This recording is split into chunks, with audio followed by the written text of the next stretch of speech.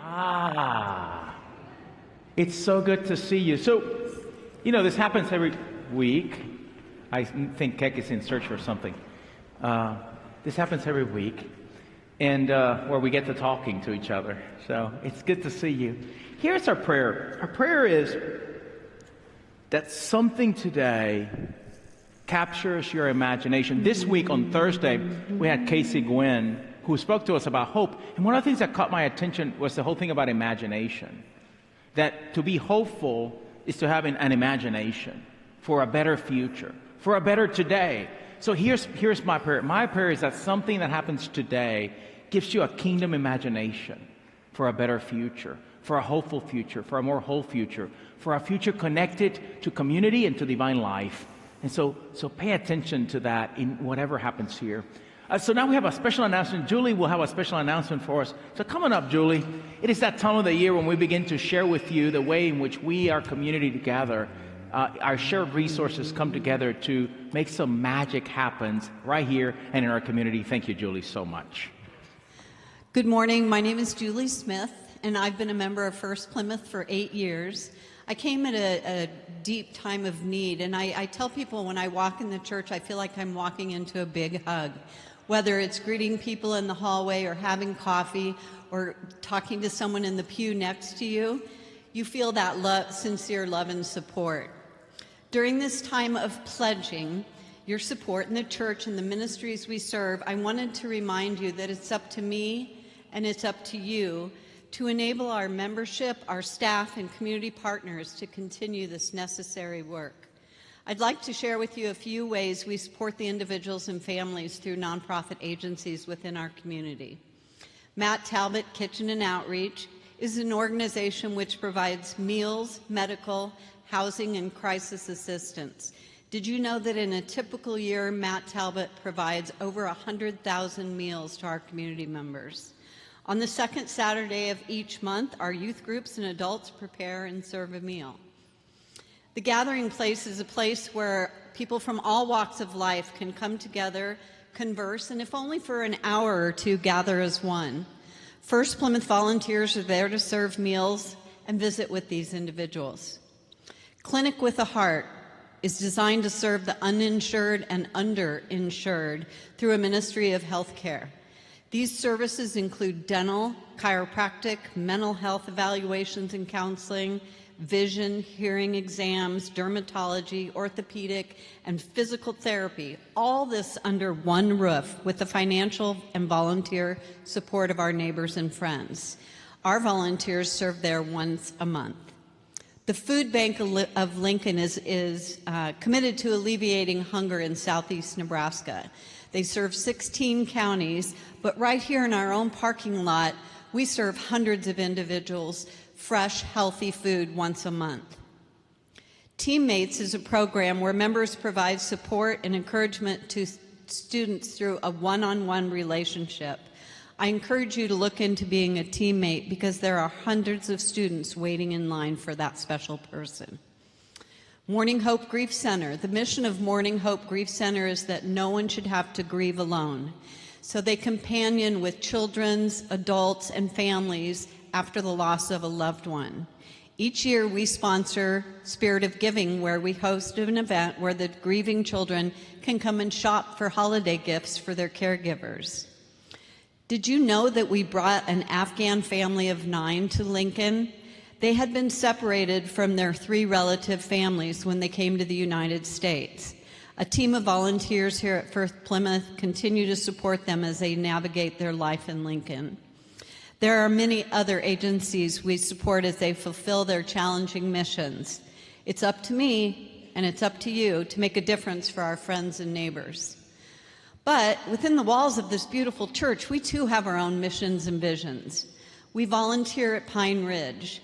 On Mondays, you can find crocheters and knitters making shawls and prayer blankets for our parishioners. Plymouth Pride is a gathering of gay, lesbian, bisexual, transgender community members and their friends in the midst of a loving, inclusive, spiritual family at First Plymouth. The Singles Ministry is a great way to meet new friends, network, or just to have some companions for dinner and a movie.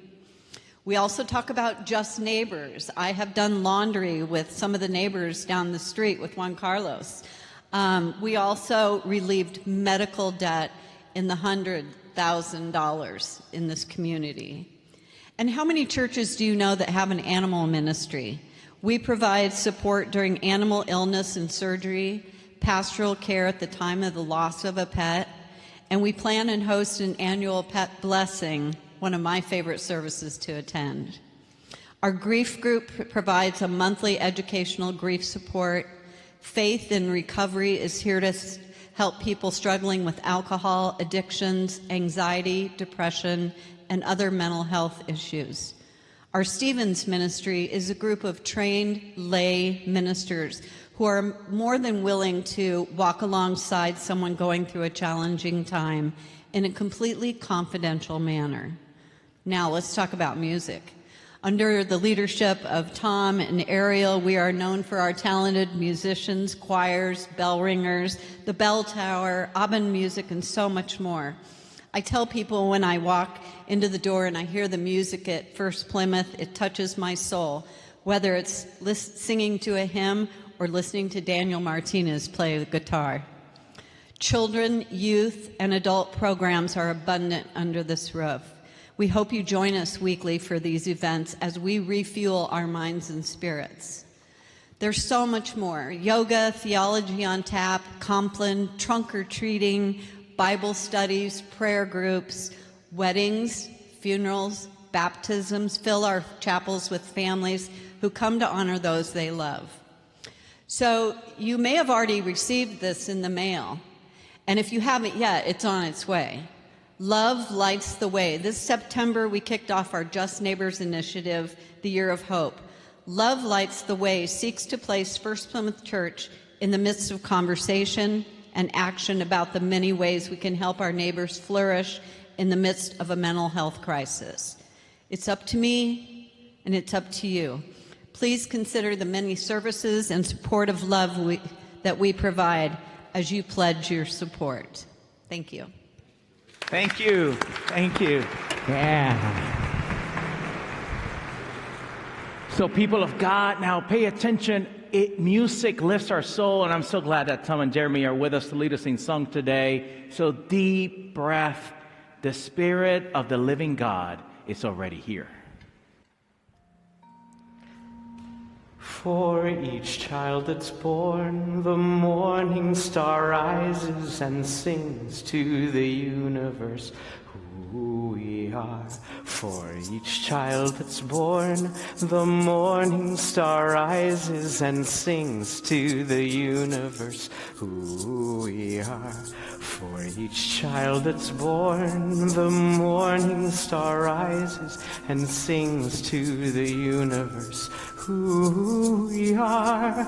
We are our grandmother's prayers. We are our grandfather's dreamings. We are the breath of our ancestors. We are the Spirit of God. We are mothers of courage, fathers of time, daughters of dust, and the hope of the ages, sisters of mercy, brothers of love, lovers of life, and the builders of nations. We're seekers of truth, keepers of faith, makers of peace, and the wisdom of ages. We are our grandmother's prayers. We are our grandfather's dreamings. We are the breath of our ancestors. We are the Spirit of God. For each child that's born, the morning star rises and sings to the universe who we are. For each child that's born, the morning star rises and sings to the universe who we are. For each child that's born, the morning star rises and sings to the universe.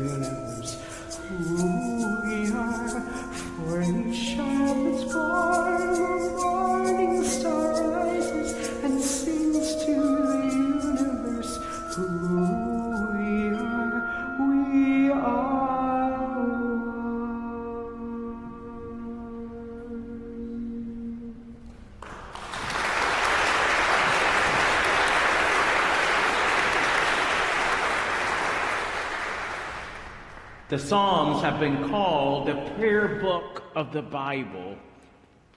In that book, you have the whole range of human emotion and human experience, from the deepest despair to the highest joys. It is a book that contains songs that tell the human story and how that human story connects to divine life. So listen to Psalm 100. Make a joyful noise to the Lord, all the earth. Serve the Lord with gladness. Come into his presence with singing. Know this, that the Lord is God. It is he that made us, and we are his. We are his people and the sheep of his pasture. Enter his gates with thanksgiving and his courts with praise.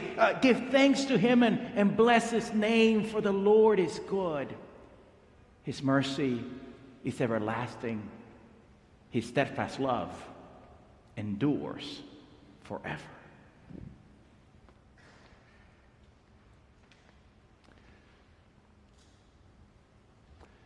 So Lincoln, Nebraska is almost perfectly half and half. There are 66,000 registered Republicans and 64,000 registered Democrats. There are also 50,000 registered independents, so it's like perfectly sorted. And so, in order to display that, in the Sundays ahead, I'll be asking all the Democrats to sit on this side, all the Republicans to sit on this side, the independents can sit up in the balcony, the Marijuana Now Party can just mill about like they do, right? Actually, there are 3,000 registered libertarians in Lincoln. I'm not going to try to tell them where to sit. So you can tell I'm kidding, because one of the most beautiful things about church is we're just all mixed together. And I know you read like every day in the newspaper how polarized America is. I know you read that we are incredibly divisive and there's all this enmity but look how easy it actually is. We're together all the time in church across those lines. I don't feel a whole bunch of enmity in the pews right now. You're sitting next to people that don't vote like you or maybe have different perspectives. Do you see how natural and good this is, just to be mixed together? And at church, there's a type of unity that takes place. But it's a spiritual unity. It's not a unity of opinions. It's definitely not a unity of politics or perspectives. But can you feel it? There is a sense of common purpose and common humanity that we get to experience here. You can feel it. And this spiritual unity that's created, it's not a type of groupthink. You know, we have an ethic in the Congregational Church that's very central to us. It's called the freedom of the individual conscience. And we believe that each person for themselves must come to an understanding of God and Jesus. And then we share that with one another for all our edification. Our diversity, the dappled nature of the congregation, produces a greater faith. So there's a unity, but it's not a conformity. I mean, this is the one place you get to be as weird as you are, and everybody's weird. Everybody's weird. I know you've heard that phrase for Austin, Texas, keep Austin weird. But I say keep First-Plymouth weird. I mean, we celebrate that each of us is just totally unique.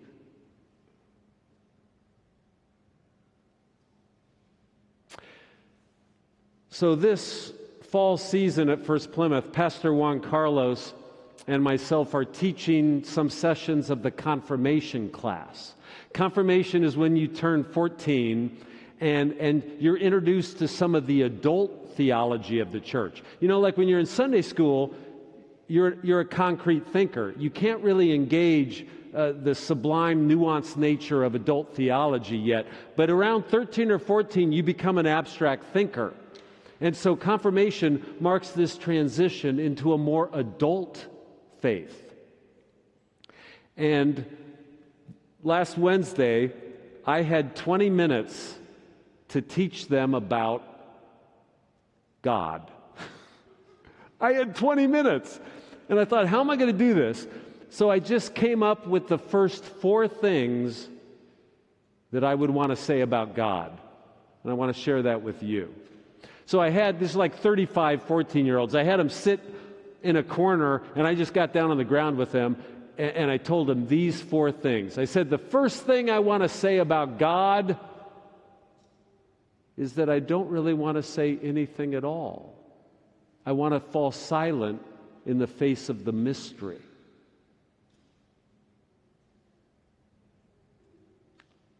I told them that our most ancient theologians in the church considered that to be the place where you start, that God is mysterious, that God is beyond our ken. There's an old church word that God is inscrutable.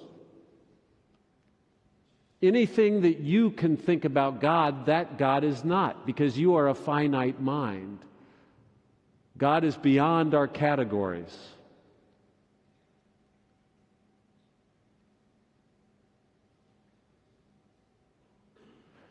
I told them that the most ancient theologians, to sort of bake in that sense of mystery, they considered a key attribute of God is infinity. And if God is an infinity, you can't even really grasp that.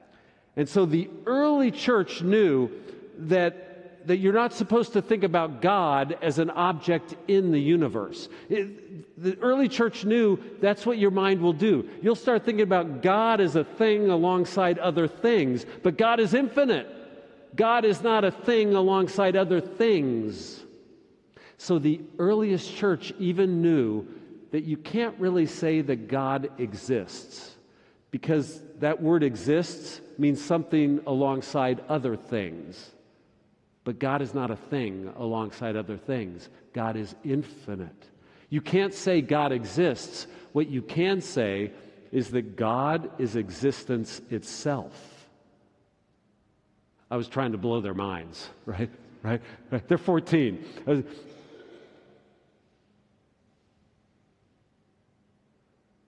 I said to them, I imagine God, if God wanted, could have made it all very certain. God could have made it the case that you wake up every morning and the clouds spell out, I'm here. God could have made it certain, but that somehow God realizes perhaps that certainty isn't best for human beings, and that we need to be set free for the quest and to be curious and searching, that certainty isn't best for our freedom. And so God is a mystery. I told those 14-year-olds, if you're wondering about whether you believe in God and you're not sure, well, you're honoring that God is a mystery. We're not to grasp God. We're to be grasped by God. And the second thing I told these 14-year-olds, and I tell it to you all the time, I said, God is love. That's the second thing I want to say. And I know I quote to you all the time, 1 John chapter 4. It says, no one has ever seen God, but when we love each other, God abides in us, and God's love is perfected in us. For God is love. Right there is the very pinnacle of Scripture. God is love. And if you reside in that sentence, you'll know and you'll see that it radically redefines the word love. I mean, to equate love with the most essential aspect of this most essential force, to equate love with God means that love is not just some mere feeling. We tend to think of love as this sort of warm fuzzy or a sentimental emotion. But no, when you say God is love, you are saying love is what holds all of reality together. God is love. It radically redefines love. You got to think of love on a cosmic scale. So if you're sitting next to someone you love right now, or if you're not, think of someone you love. What the Christian faith is saying, when you love someone, at that moment, you are put in harmony with all things. You share in the most essential aspect of reality. God is love. The ancient Greeks, when they saw an apple fall to the earth, they didn't have Newton's theory of gravitation. So what they said was, it must be the apple loves the earth. Because they imagined love was this force that brings things together. When we say God is love, we're saying love is the force that holds all of reality together.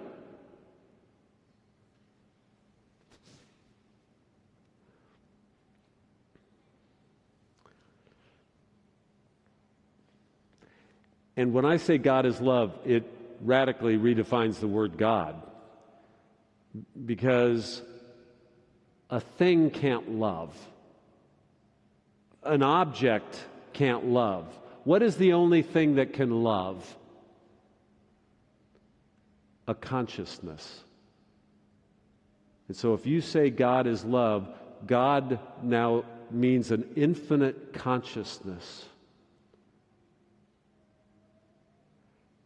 And all things come from this infinite consciousness. So consciousness is primary to matter. You might think that atoms and molecules and things are what is most primary, but we believe God created all things, and so it's from consciousness matter emerges. Consciousness is primary. I was still trying to blow their minds, get metaphysical. God is love. And then the third thing I said to them, God is not Christian. Oh, if you take the Bible literally, then God would be Jewish. But I don't think God's Jewish either. God, by definition, is beyond religion. And I was trying to open their minds a little to the beauty of other religions, and there are multiple paths to God. I was trying to open their mind to that because I think sometimes people imagine, by definition, the Christian faith has to think it's the only true path. Like, by definition, that's what it is to be a Christian, to think that you are the only true path. And I tried to explain to them that Jesus Christ is my true path, and that if you give yourself to Jesus Christ, you will enter the light. It's my true path, but there are other paths, and that a faithful Muslim or a faithful Hindu or a Jew have their path.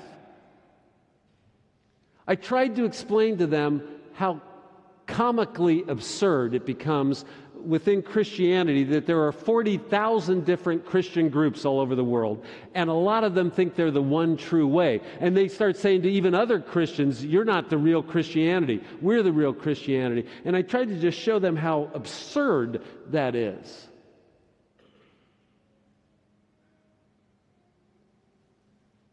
Really, I was wanting to open up their empathy to the diversity of our world, and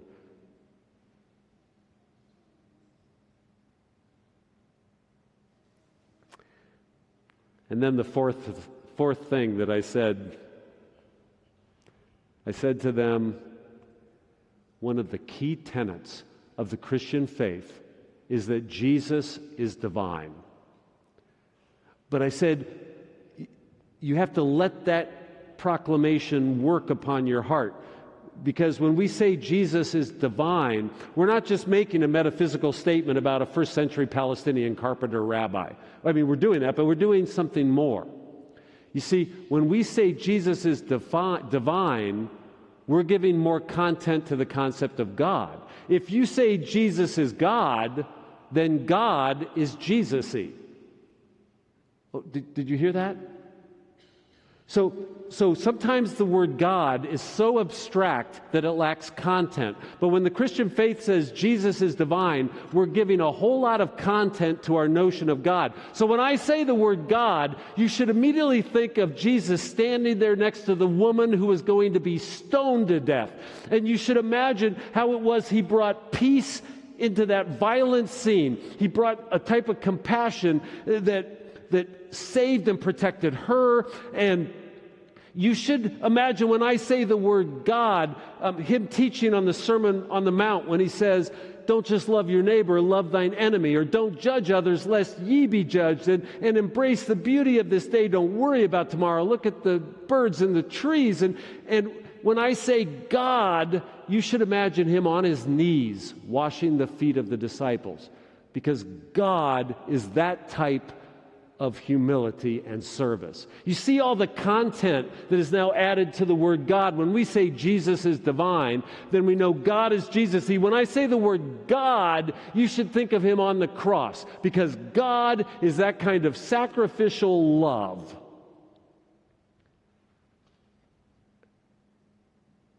Do you see suddenly the word God is not just an abstraction when you say Jesus is divine?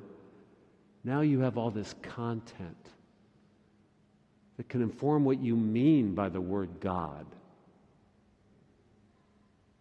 You mean the type of gentleness that gathered all the children at his feet, or all this beautiful content.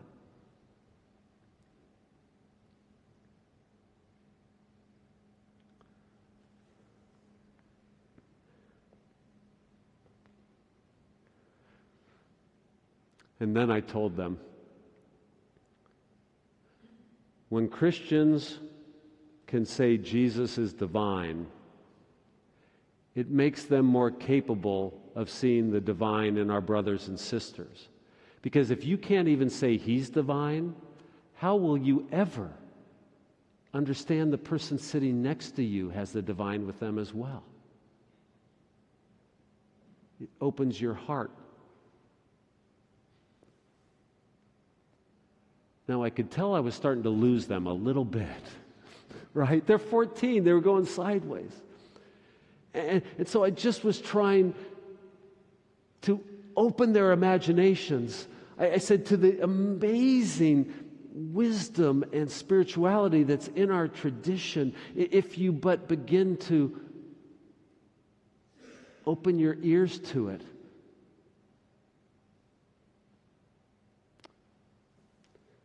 Well, I just shared with you what I was sharing with them. And just to test whether you like this or not, what did the Republicans think of my sermon? No.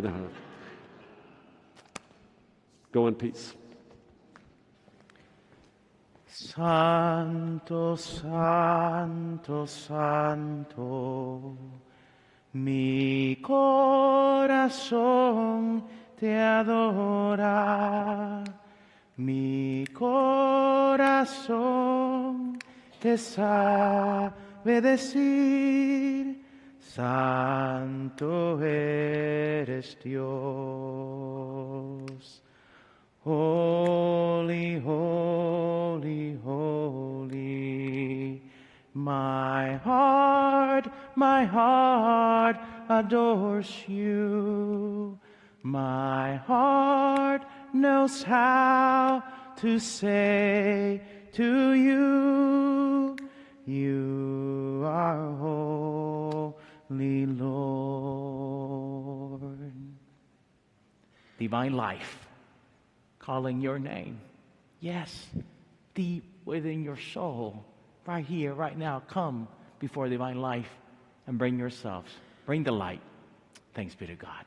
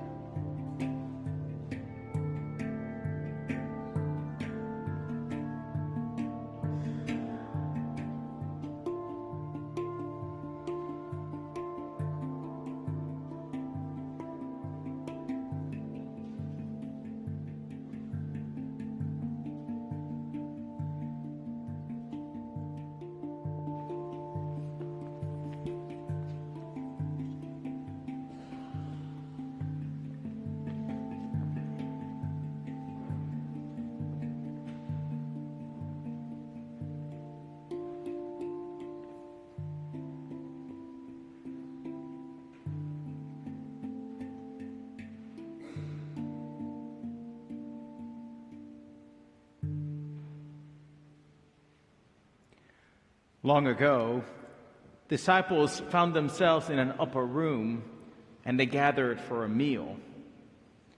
And Jesus broke bread and poured cup and said a simple thing: each time you eat this bread and drink this cup, remember me. So today we're going to gather around this bread and this cup in the chapel. And the call is the same. Remember, bring me back into being. I'll be present with you when you do this. So come today in the chapel, no matter who you are, or where you're going, or where you come from. Gather around this meal. Jesus meets us there. We'll have all we need for this journey of life and faith. So this morning, I was trying to type into my iPad some of my talking points. And whenever I tried to type party affiliation, it spell checked to party affliction. Thank you, Spirit. Yeah, thank you, Spirit. Thank you, Holy Spirit. So this week, take hold of our common purpose, our common destiny. This week, go forth and hold fast to what is true. Return no one evil for evil. Find your joy in serving others. Go in peace.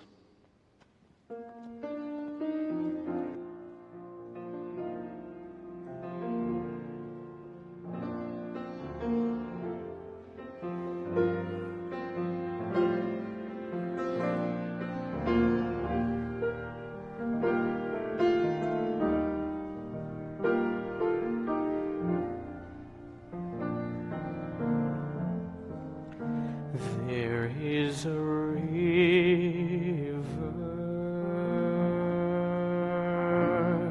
whose streams flow forth from Zion,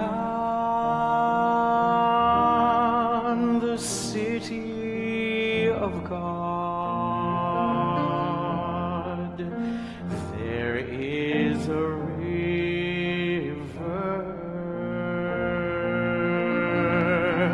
whose streams flow forth from Zion, the city of God.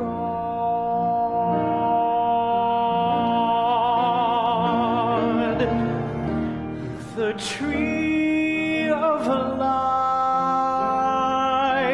grow upon its banks, whose leaves bring the healing of the nations.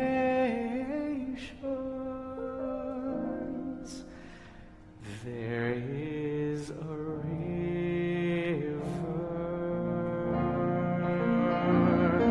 whose streams flow forth from Zion, the city of God.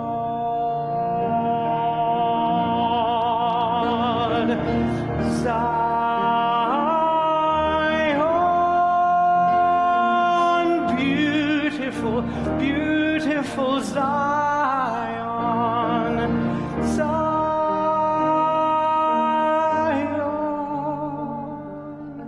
beautiful city of God.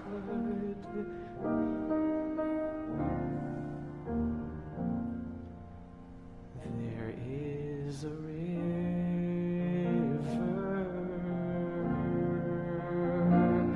whose streams flow forth from Zion, the city of God.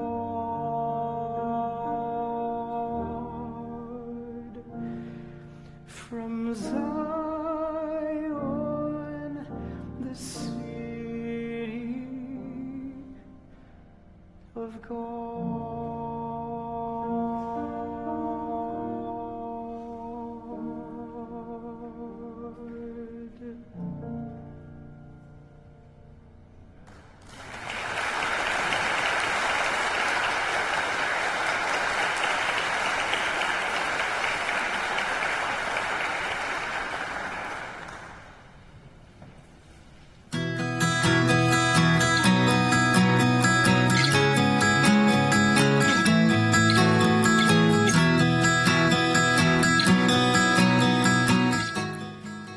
at First Plymouth, we live our mission of increasing the love of God and neighbor. That's our passion and our guiding light. Last year, in the wake of the pandemic, First Plymouth stepped up our support in the community with many Just Neighbors events and the extremely successful Medical Debt Initiative. This year, all year, we turn our attention to hope, giving hope in a time when many struggle with despair. The Year of Hope is our commitment to our community to put God's love in action. Our operating budget comes from you and other First Plymouth members. It supports our many outreach services and special programs, as well as worship services, programs for children, youth, and families, our music ministry, and building operations. All of it grounded in love, hope, and of course, generosity. Our annual pledge drive is in progress. If you can make a pledge of financial support for the coming year of any amount, know that it will be used prayerfully and responsibly to extend the love of First Plymouth and provide more hope in the world. For information on how to make a pledge, visit firstplymouth.org. First Plymouth runs on gratitude, and we are grateful for yours.